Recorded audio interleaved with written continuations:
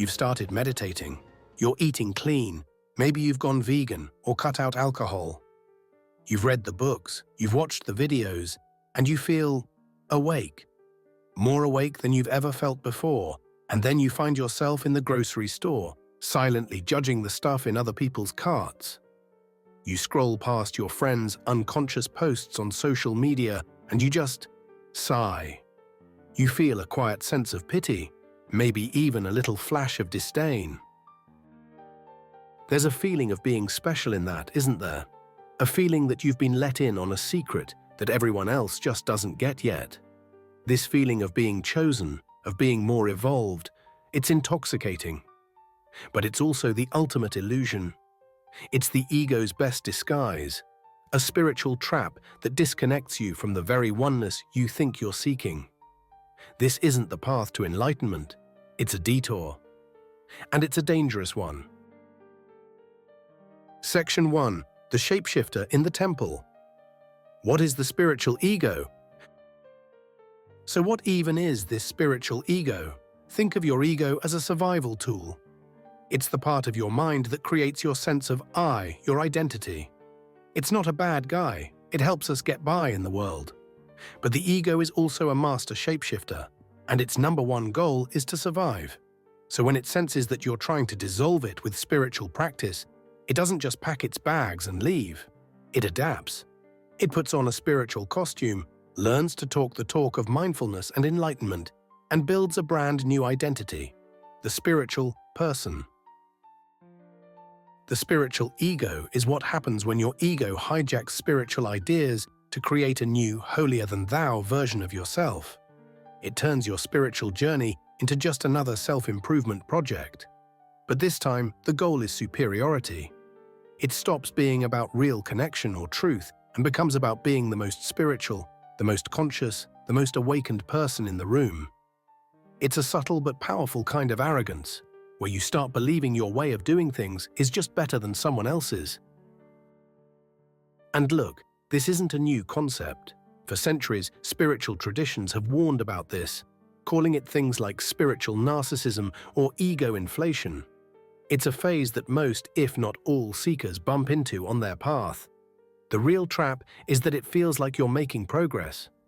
You've just swapped your old attachments to money or status for new ones, like your diet, your meditation streak, or your collection of spiritual books.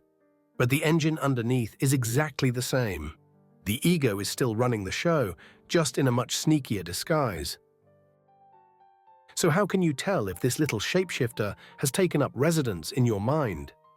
The signs are often tricky, masquerading as good things. You might find yourself constantly comparing your spiritual progress to other people's.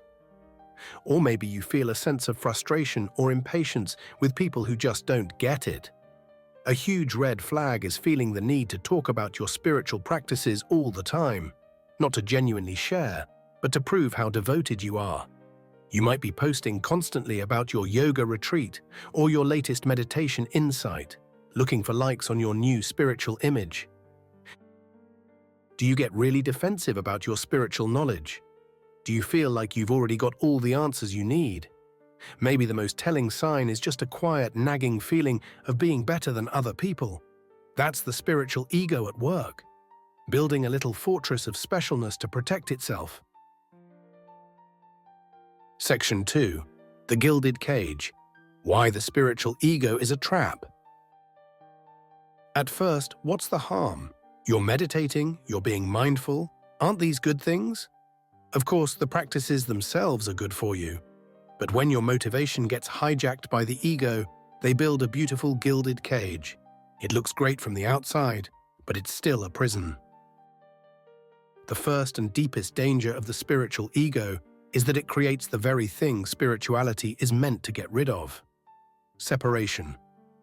Real spiritual growth makes you feel more connected, more empathetic.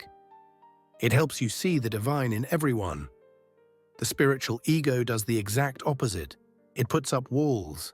It sorts people into boxes. Awakened and unawakened, conscious and unconscious, high vibe and low vibe. This judgment creates a huge gap between you and everyone else. You start to feel isolated, believing that no one can really understand you except for a tiny group of people who think the exact same way you do. The irony is, your search for oneness leaves you feeling more alone than ever. Second, the spiritual ego turns your spirituality into a performance. It becomes less about the real internal work and more about how it looks on the outside. You might start dressing a certain way or talking a certain way because it seems spiritual, but you aren't actually living the values underneath. This leads to feeling like a fraud. You might hide your unspiritual thoughts or feelings, wearing a mask of toxic positivity. This is often called spiritual bypassing, using spiritual ideas to avoid dealing with messy, hard human emotions like anger, grief, or insecurity. But genuine spirituality isn't about floating above your humanity. It's about diving into every part of it. And finally, the spiritual ego leads to being dogmatic and rigid. Spiritual teachings are meant to be signposts, pointing to the truth, but the ego turns them into strict rule books. It craves certainty, so it creates rules. You can't be spiritual if you eat meat, or you have to meditate for an hour a day to be awakened. This closes your mind and your heart. It kills the curiosity and humility you need for real growth. You stop learning because you think you already know it all. You can't handle being challenged because your identity is now wrapped up in being right. In the end, the spiritual ego is the ego's last stand. It's a defense mechanism that keeps you from the vulnerability and self-honesty you need to be truly free. Section 3. The Path to Authenticity, Transcending the Trap. So how do you take this cage apart without losing the sincere desire for growth that got you here? The antidote to the spiritual ego isn't more spiritual knowledge. It's humility, honesty, and a lot of courage. It all starts with being radically honest with yourself. It means you have to be willing to watch your own thoughts and motives without judging them. When you catch yourself feeling superior or judging someone else, don't beat yourself up. Get curious instead. Ask yourself, why do I need to feel better than this person? What insecurity is this feeling trying to cover up? A lot of the time, the spiritual ego is just making up for a deep-seated feeling of not being good enough. Every time you catch the ego in the act, you can use it as a mirror to understand yourself better. Next, you have to actively practice humility. Embrace a beginner's mind. It doesn't matter how many books you've read or retreats you've been on. You are always a student. The true masters are always humble because they have nothing to prove. Humility is knowing that everyone is on their own path, and it's not your place to judge it. It's realizing that the person you look down on today might be your greatest teacher tomorrow. This leads to the brave work of embracing your shadow. The spiritual ego loves everything light and pushes away the dark. It wants to be pure, positive, and perfect. But real wholeness comes from integrating all the parts of you. Your fear, your anger, your shame, your messiness. Shadow work is just about shining a compassionate light on the parts of yourself you've pushed away.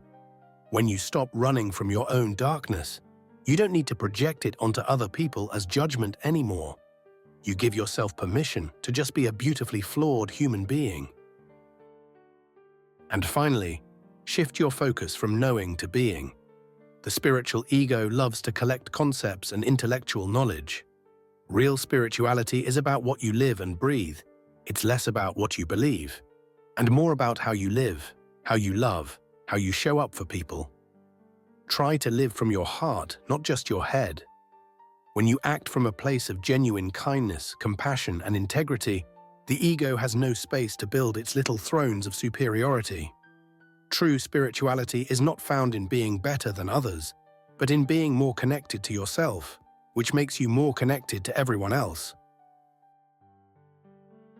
Conclusion. The spiritual path is a total paradox. The moment you think you've arrived, you've probably just gotten lost. The spiritual ego isn't some personal failure, it's a natural, even if it's a difficult, part of the journey. Seeing it is a sign that you're growing, that the ego is feeling threatened, and seeing the trap is the first and most important step to disarming it. This whole journey isn't about becoming a perfect, flawless spiritual robot. It's about becoming a more whole, authentic, and compassionate human.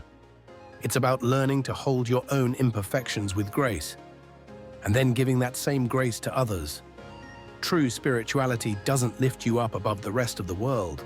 It dissolves the very walls that make you feel separate from it in the first place. If this conversation resonated with you and you want to explore more about what it means to live a genuine, authentic life, think about subscribing.